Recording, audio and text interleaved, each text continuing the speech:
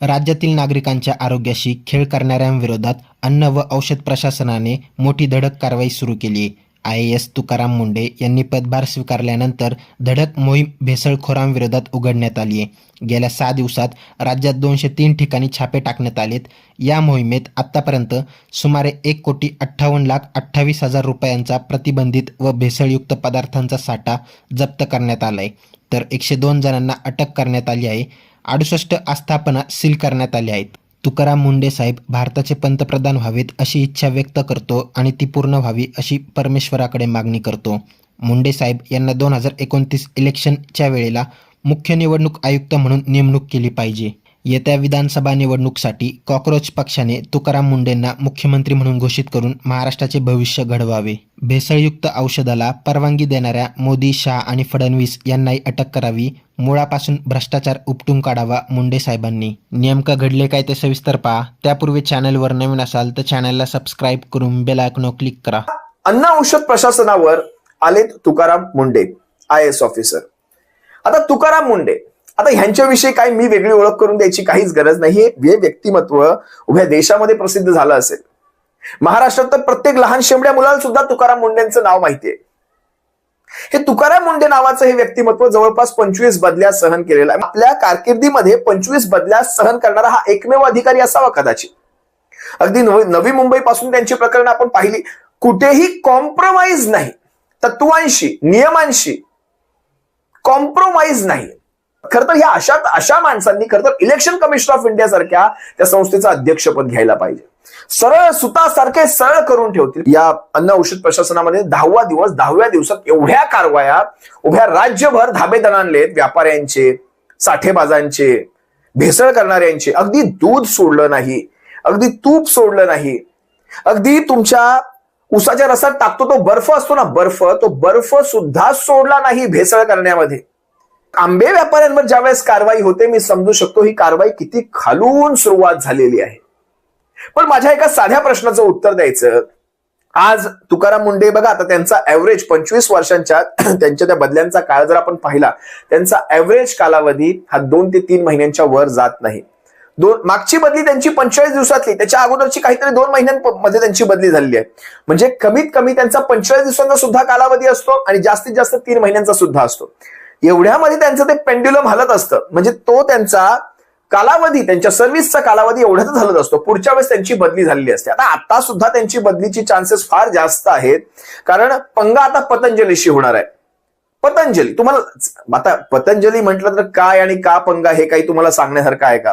तो बाबा रामदेव नावाचा एक व्यक्ती, म्हणजे मला आता त्याचं नाव निघालं म्हणून एक तुम्हाला प्रसंग दाखवतो. काही दिवसांपूर्वी त्या व्यक्तीने जी स्टेटमेंट केली होती ना, अतिशय इंटरेस्टिंग. म्हणजे मोदीपूर्व काळातली त्यांची स्टेटमेंट पाहायची. मोदीपूर्व, आता मी ते कसं इसवी पूर्व वगैरे आपण म्हणतो, आता मोदीपूर्व म्हणायला लागेल, मोदी नंतरचं म्हणावं लागेल. मोदीपूर्व काळातली स्टेटमेंट आणि मोदी नंतरच्या काळातली. जरा एकदा बाबा रामदेवांचं तर नाव निघाल्याचं हा एकदा व्हिडिओ पाहून घ्या. की आपको 75-80 रुपए का पेट्रोल चाहिए कि 35 रुपए का? तो आपको जो 35 रुपए का पेट्रोल दिलाएगा उसको वोट दोगे या 75-80 दिलाने वाले को? अच्छा, आपको आज गैस सिलेंडर सब्सिडी के बावजूद 450 का और सब्सिडी के बिना जो है 1200 रुपए का मिलता है. यदि आपको गैस का सिलेंडर 300 या 400 रुपए का मिले, उसको वोट करोगे या 1200 रुपए का देने वाले? सरड्याला सुद्धा लाजवतील ही असली माणसं. आता ह्या एवढ्या भरभक्कम माणसांच्या पुढे हा आमचा IAS ऑफिसर किती टिकणार मला माहित नाही. अतिशय कडक शिस्तीचा हा माणूस, कडक शिस्त. अन्न औषध प्रशासनामध्ये आजवर गेल्या 5-6 वर्षांचा जर इतिहास काढला तर मला वाटतंय 2-3 टक्क्यांपेक्षा आतापर्यंतच्या ह्या 7 दिवसांच्या धाडीच्या 2-3% सुद्धा धाडी घडल्या असतील. पण ह्या 7 दिवसात या माणसाने प्रशासन हलवलं. काल परवा पुण्यामध्ये ते दारू पिऊन कित्येक जण मेली हातभट्टीची. या हातभट्ट्या चालतात तोपर्यंत सरकारचे डोळे झोपलेले असतात. मी झोपलेले हा शब्द वापरला, खरं तर मला एक चांगला शब्द वापरायचा होता. तुम्ही समजू शकता मला कुठला शब्द वापरायचा होता. अगदी समानार्थी, झोपलेले. सरकारचे डोळे झोपलेले असतात का? त्या आसपास तिथल्या नगरसेवकाला ज्या भागात ह्या गोष्टी घडतात, समजा ग्रामपंचायतीला ह्या गोष्टी माहिती नसतील की आमच्या ग्रामपंचायतीच्या हद्दीमध्ये त्या महसूल विभागाला काही माहिती नसेल, तिथल्या पोलीस प्रशासनाला काही गोष्टी माहिती नसतील. आमच्या जोपर्यंत हप्ता मिळतो तोपर्यंत सारं काही गोड. शेवटी काय असतं, जोपर्यंत ह्या असल्या बातम्या घडत नाही तोपर्यंत काही. आज जर तिथे माणसं मिळली नसतील तर काहीच कळलं नसतं. शिक्षा मिळत असतील ह्या असल्या पकडल्या गेलेल्या ह्या व्यापाऱ्यांना. कमीत कमी नाही म्हणा 50 लाखांचा दंड आणि 10 वर्षांची कमीत कमी शिक्षा असेल ना, तोपर्यंत ही माणसं सुधारणार नाहीत. अन्न वस्त्र निवारा ह्या तुमच्या माझ्या मूलभूत गरजा आहेत. त्या मूलभूत गरजांमधला अन्न हा बघा, मनुष्याच्या 3 मूलभूत गरजा. अन्न, या अन्नामध्येच जर भेसळ होत असेल तर काय म्हणायचं. कारण बघा ना, शेवटी बदल्या ह्यांच्या कोणाच्या हातात असतात? सरकारच्या हातात असतात यांच्या बदल्या. उच्च शिक्षित व्यक्तिमत्व, युपीएससी व्यक्तिमत्व, पण शेवटी नमतंय कुणापुढे, अडतंय कुणापुढे? सरकारच्या पुढे. सरकारमध्ये म्हणजे कोण? सरकार म्हणजे समजा आता ह्यांच्या बदल्या देशातून ठरतात, दिल्लीतनं ठरतात, पण शेवटी रिकमेंडेशन शेवटी हे महाराष्ट्रातनं जात असतात. दिल्लीमध्ये तेच सरकार, इथे तेच सरकार. उदाहरणार्थ आता यांना रिमोट करणारे, कंट्रोल करणारी माणसं ही 4वी, 5वी, 6वी, 10वी नापासवाली माणसं ही यांना कंट्रोल करतात, त्या उच्च शिक्षित अधिकाऱ्यांना.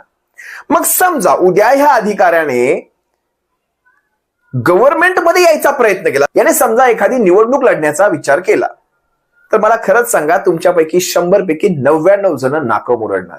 आला बाबा आणखी एक राजकारणामध्ये, खराब झालं सगळं. अरे पण त्या व्यक्तिमत्वाला तिथे राहून त्याच्या 10 बदल्या होत असतील तर त्यानेच राजकारणात येऊन अख्खा देश, अख्खा महाराष्ट्र सुधरवला, तर काय बिघडलं? पण तिथे मात्र आपण सपोर्ट करणार नाही. राजकारण म्हणजे घाणेरडं हे आपल्याला वाटतं, पण तेच घाणेरडे राजकारणी तुमच्या सगळ्या घरातल्या सगळ्या गोष्टींवर कंट्रोल ठेवून आहेत. तुमच्या घरात तुमच्या गाड्यांच्या किमती काय असल्या पाहिजेत, तुमच्या गाड्यांमधल्या पेट्रोलच्या किमती काय असल्या पाहिजेत, तुमच्या घरात येणाऱ्या मिठापासून, पिठापासून, तुमच्या तेलापासून, तुमच्या केस कापण्याच्या त्या किमतीपर्यंत, तुमच्या कपड्यांच्या किमतीपर्यंत, तुमच्या घरांच्या किमतीपर्यंत, तुमच्या हॉस्पिटलांच्या किमती ती माणसं राजकारणी ठरवतात. त्यावेळेस तुम्हाला का असं वाटत नाही की एखादी व्यक्ती जर इतकी चांगली असेल तर तिने सरळ राजकारणात यावं, महाराष्ट्राच्या मुख्यमंत्री पदापर्यंत पण जावं? काय चुकीचं सांगितलं मी याच्यामध्ये? काय वाईट आहे याच्यामध्ये? पण तिथे मात्र आपण सपोर्ट करणार नाही. ही दुटप्पी भूमिका आहे आपली.